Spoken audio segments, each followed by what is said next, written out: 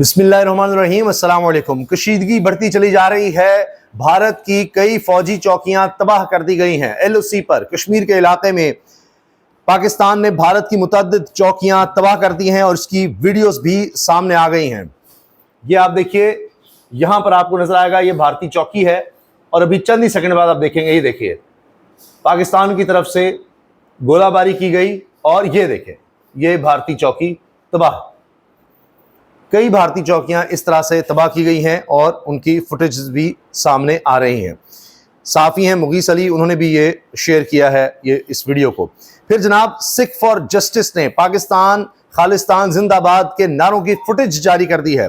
जो नारे अब लिखे जा रहे हैं भारत के अंदर, भारतीय तहरीक, भारत में जो खालिस्तान की तहरीक है, सिखों की तहरीक है, वो आज़ादी की तहरीक है।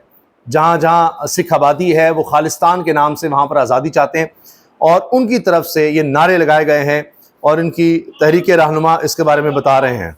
इस मोदी की जंग दे विच आर्मी पब्लिक स्कूल के स्टूडेंट्स के नाम सुनेहा, your family members are going to die fighting this Modi's war and who will raise you, who will raise you?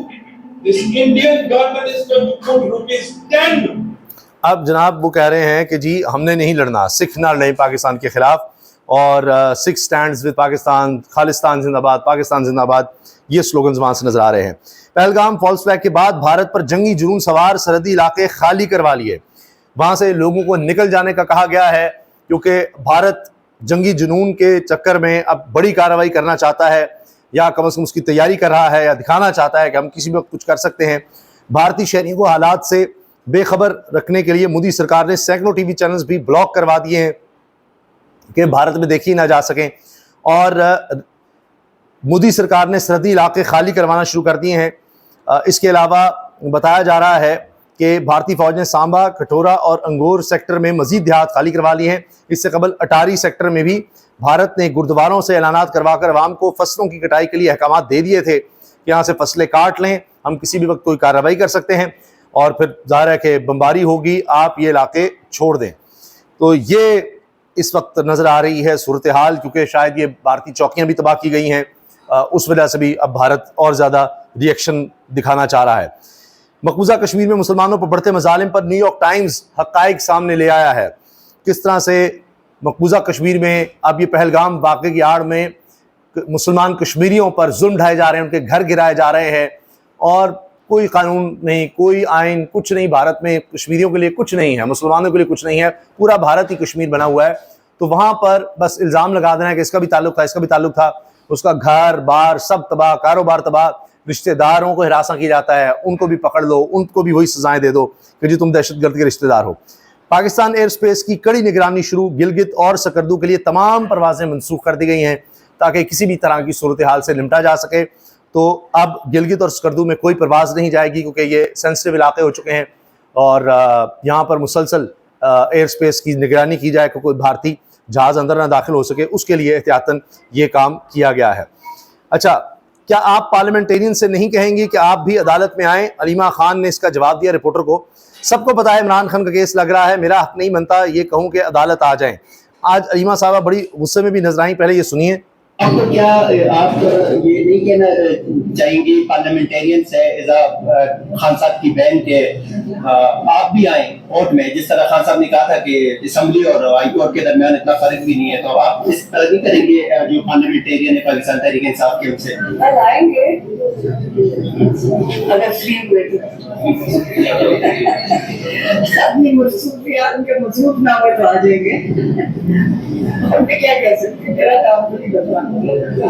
सबको पता है केस लग रहा है, सबको पता है इमरान खान केस लग रहा है, पार्लियामेंटेरियंस मसरूफ ना हो तो आ जाएंगे, लेकिन उतनी तादाद में नहीं आए। तो अलीमा खान कमरा अदालत में पार्टी क़यादत पर नाराज हुई क्योंकि उन्होंने कल ही कहा था कि मसरूफ ना तो आएंगे, लगता है मसरूफ से आए नहीं इतने लोग। आज हाई कोर्ट के कमरा अदालत में समाअत के बाद अलीमा खान गुस्से में आ गई, बोली ये मेरे इर्द गिर्द 8 से 10 लोग खड़े हैं, किधर हैं बाकी पार्लियामेंटेरियंस, किधर हैं प्रोटोकॉल एंजॉय करने वाले? इमरान खान के केसेस लगे हैं और ये अपनी जिंदगी एंजॉय कर रहे हैं, सेल्फियां बना रहे हैं। ILF किधर है? खुदा के लिए एक महीना खान को बेचना छोड़ दें। मैं नहीं चाहती कि इन गर्मियों में भी खान जेल में रहे। अगर मैं इन प्रोटोकॉल एंजॉय करने वालों के खिलाफ बोलूं तो ये इज्जत से घर भी नहीं जा सकेंगे। ये बात नईमा साहब ने गुस्से में कही है। अच्छा, एक अजीब बात यह है कि जो हालात कशीदा हैं, आप देख रहे हैं कि जंग की सूरत हाल है, तो जंग लगी बस्ती में अदालती निज़ाम अपनी मस्ती में है। अब हमारे अदालती निज़ाम में जो बची कुची कोई रमक रह गई थी वो भी बुझ गई, ख़त्म हुआ। ये है, ब्रेकिंग न्यूज़ ये है कि तहरीक इंसाफ को मखसूस नशिस्तें देने के फैसले के खिलाफ अपीलें समाअत के लिए मुकर्रर 13 रुकनी आईनी बेंच 6 मई को समाअत करेगा। ओरिजिनल फैसला लिखने वाले जस्टिस सैयद मंसूर अली शाह नजर-ए-सानी बेंच का हिस्सा नहीं होंगे। दुनिया में अलग कानून चल रहा है, पाकिस्तान में भी वैसे तो वही कानून था कि रिव्यू उन्हीं जजेस के पास होता था। फुल कोर्ट बैठी थी, फैसला दिया था कि मखसूस नशिस्तें तहरीक इंसाफ की बनती हैं। उस फैसले पर महीनों गुजर गए, अमल ही नहीं हो सका। अब ये बड़ी अजीब सूरत हाल है। पहले तो अमल ही नहीं हुआ, अब क्या किया, जजेस भर्ती किए गए, जजेस को लाया गया, अपनी मर्जी का आईनी बेंच बनाया गया, उसमें भी मेजॉरिटी जजेस जब बिठा दिए गए 26 आईनी तरमीम के बाद लाकर, तो जिन जजेस ने मखसूस नशिस्तों के हक में फैसला दिया था कि तहरीक इंसाफ की है, मेजॉरिटी जजेस थे, उनको बेंच का हिस्सा नहीं बनाया गया। और जिन्होंने इख्तलाफ किया था उनको हिस्सा बनाया गया, मजीद जजेस भर्ती करके बीच में शामिल किए गए हैं। अब सबको पता है, जिस तरह कानून अंधा होता है, तो अब तो अंधे को भी पता है कि क्या फैसला देना है, किसके लिए सारी 26वीं तरमीम की गई, किसके लिए सारा निजाम इस तरह से खड़ा किया गया। यानी आप पाक भारत जंग की सूरत हाल देख रहे हैं, बमबारी हो रही है, खौफनाक सूरत हाल है, अदालती निजाम अपनी मस्ती में है, अभी भी तहरीक इंसाफ की पड़ी हुई है, हुकूमत को भी मौजूदा निजाम को भी। आप देखें, यह कहा जाए कि जी हुकूमत की तवज्जो भारत के खिलाफ है, आपको इस खबर से कहीं नजर आता है? उनको तो सीटें चाहिए, सीटें, मजीद मराद चाहिए और डाका डालना है। फॉर्म 47 तो कम था, अब मजीद डाका सारे मिले हुए इसमें। क्या इसमें इदारे, ये जजेस, सुप्रीम कोर्ट, आईनी बेंच, इलेक्शन कमीशन सारे शामिल हैं जी। अब इस पर इसीलिए तमाम कोर्ट रिपोर्टर्स जो बाज़मीर रिपोर्टर्स हैं, जिनको कानून आइन की कुछ समझ है, वो इस बारे में लिख रहे हैं। सुप्रीम कोर्ट का जो बेंच कोई फैसला दे उसकी नजरसानी दरखास्त भी वही बेंच सुनता है, लेकिन अब जिन्होंने इख्तलाफी नोट लिखा था वो बेंच के सरबराह होंगे। यहां तक कि 26वीं तरमीम के बाद सुप्रीम कोर्ट में आने वाले जजेस भी बेंच का हिस्सा होंगे, लेकिन जिन्होंने अक्सरियती फैसला तहरीर किया वो बेंच का हिस्सा नहीं होंगे। अजीब बात है। इसी में जनाब साकिब बशीर साहब लिखते हैं, तब्दीली की तरफ गामजन, मखसूस नशिस्तों के 12 जुलाई के फैसले के खिलाफ नजरसानी 6 मई को आईनी बेंच के सामने समाअत के लिए मुकर्रर। अकलीती फैसले के जजेस बेंच का हिस्सा होंगे, अक्सरियती फैसले के 5 जजेस बेंच में नहीं होंगे। देखिए क्या हमारे निज़ाम का हाल हो गया है। यानी 3 साल से ज्यादा हो गए हैं, और भी ले लें। अभी तो था तहरीक इंसाफ पर पाबंदी लगानी है, लगा दें, शौक पूरा कर दें। मखसूस नशिस्तें नहीं देनी तो पहले भी नहीं दी थी, अब अपनी तरफ ले जाएं और मराहत ले लें। मौजूदा निज़ाम और गंदा होगा और ख़राब होगा। जो इक़्तिदार वाले लोग हैं उन्होंने पछताना है कि हमें देकर अब मजीद ऐसी कानून साजी होगी कि ये मुंह छुपाते फिरेंगे, मुंह काले होंगे इन सब के, जो इस तरह के कानून पास कर रहे हैं। अभी 26वीं आईनी तरमीम का देखिएगा क्या हाल होता है। अभी तो आप देखिएगा सारे कहेंगे हमसे तो करवाया गया था, हम तो पछता रहे हैं। और बड़ा कुछ होगा। अब शायद पीपल्स पार्टी की भी इतनी जरूरत नहीं रहेगी, मौलाना साहब की भी जरूरत नहीं रहेगी।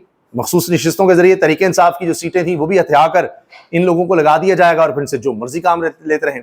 तो जितना बेहतरीन ये निज़ाम पिछले 3 साल में सर्व कर रहा है, 3 साल हो गए हैं, तो इतना तकरीबन इतनी मुद्दत तो इमरान खान को मिली थी, 3.5 साल तो उनकी हुकूमत रही। तो अब करीब इनको भी इतना वक्त हो गया है। तो आप देख लीजिए क्या इसने डिलीवर किया है एक आम आदमी के लिए, क्या हालात हुए हैं। अच्छा, सिंध ताश मुआहिदा मुअत्तल करने पर भारत को बैक वक्त कई आलमी इदारों में घसीटने का फैसला हुआ है, जिसमें आलमी बैंक, सालसी अदालत है और दीगर इदारे हैं जहां पर जाया जाएगा। जजेस ट्रांसफर पर विफाक ने गलत बयानी से काम लिया है। 5 जजेस, बाज़मीर जजेस जो हैं, जो इस्लामाबाद हाई कोर्ट के डटे हुए हैं, आइन और कानून के साथ खड़े हैं, उन्होंने ये जवाब दाखिल कर दिया है। मुहिम जुई की सूरत में पाकिस्तान भारत को बहुत ही सख्त जवाब देगा। ये आला दीगर जो जराए हैं, सीनियर दिफाई जराए, वो ये बता रहे हैं कि भारत को बड़ा सख्त जवाब दिया जाएगा। लेकिन अभी तो अदलिया को बड़ा सख्त जवाब दिया जा रहा है, आइन और कानून और बाज़मीर जजेस को बड़ा सख्त जवाब दिया जा रहा है कि देखा, तुमसे कहा था ना, मखसूस नशिस्तें जिस तरह कहा जा रहा है हमारे हवाले कर दो, नहीं की तो हमने देखो क्या किया है, अदालत को ही फारिग कर दिया है और पहले हमारी बात मान लेते। तो ये सिर्फ दिखाना है, वरना जरूरत नहीं है। 26वीं आईनी तरमीम इनके बगैर भी करवा ली थी। दिखाना है कि नहीं, हम ताकत में हैं, जो मर्जी कर लो, तुम्हारी किसी ने नहीं सुननी, कुछ नहीं करना। लेकिन वही बात कि ये करके भी देख लिया है, तहरीक इंसाफ का रास्ता रोक कर भी देख लिया। 8 फरवरी को लोगों ने फिर भी फैसला सुना दिया, उसके बाद पकड़ धकड़ करके, जबर करके, तशद्दुद करके भी देख लिया। क्या हालात संभल गए? क्या मौजूदा निज़ाम को लोगों ने एक्सेप्ट कर लिया? नहीं, रेजिस्टेंस जारी है और लगता है वो जारी रहेगी, और नून लीग हो, पीपल्स पार्टी हो, ये सुकड़ती चली जाएंगी, मज़ीद ख़राब होगा मामला और मज़ीद इनकी साख तबाह होगी। अल्लाह हाफ़िज़।